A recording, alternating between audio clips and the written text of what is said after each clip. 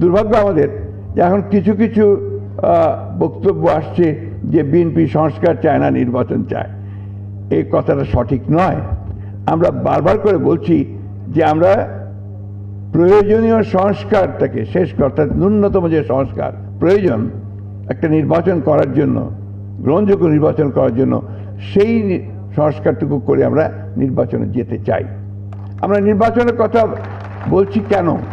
যে গণতান্ত্রিক একটা ব্যবস্থায় যাওয়ার জন্য নির্বাচন হচ্ছে প্রধান ফটক, প্রধান দরজা, গেটওয়ে টু আপনার ডেমোক্রেসি। আমার কাছে মনে হয় যে আমাদের প্রধান সমস্যাটা কোথায়? আমাদের প্রধান সমস্যা যে এই দেশে গণতান্ত্রিক চর্চাই হয়নি, এখানে সংস্কৃতি গড়ে ওঠেনি। একটা যে কথা বারবার এসছে যে এখানে একটা ডেমোক্রেটিক কালচার যদি না থাকে, তাহলে আপনি সেই ডেমোক্রেসিকে বারবার বলতে হচ্ছে আমাদেরকে এটা করতে হবে, এটা করতে হবে, এটা ডেমোক্রেসি, এটা এইভাবে যেতে হবে। এই জিনিসগুলো কিন্তু আপনার একটা কাল চর্চা ছাড়া, বারবার প্র্যাকটিস করা ছাড়া কিন্তু সেটা গড়ে উঠবে না। ইম্পোজ করে কোনো কিছু করা সম্ভব হবে না। আপনি যেমন আমি বলি, কেয়ারটেকার গভর্নমেন্ট সিস্টেম আমরা 3টে ইলেকশন করেছি। এই 3টে ইলেকশন, প্রত্যেকটি ইলেকশন কিন্তু একটা চালকে ভালো হয়েছে এবং গ্রহণযোগ্য হয়েছে। অর্থাৎ কেয়ারটেকার সিস্টেম আপনার মানুষ গ্রহণ করেছে এবং তারা সেটাকে অত্যন্ত জরুরি মনে করেছে, এটা মানুষের কাছে।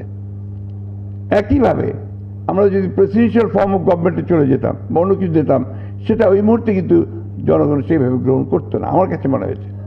আমি আপনার তাত্ত্বিক নই, আমি কোনো আপনার রাজনীতি কোনো বিশেষজ্ঞ নই, আমি একেবারে মাঠকর্মী একজন।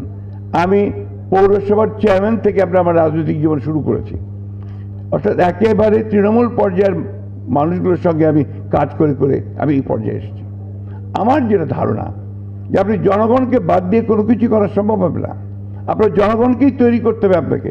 অর্থাৎ আমরা আজকে যে প্রক্রিয়া চলছে আমি স্বাগত জানাই, কিন্তু আমি একটা অনুরোধ করব, আজকে যারা কমিশনগুলোতে আছেন তারা জনগণের সঙ্গে ইন্টারাক্ট করার ব্যবস্থাটা রাখবেন।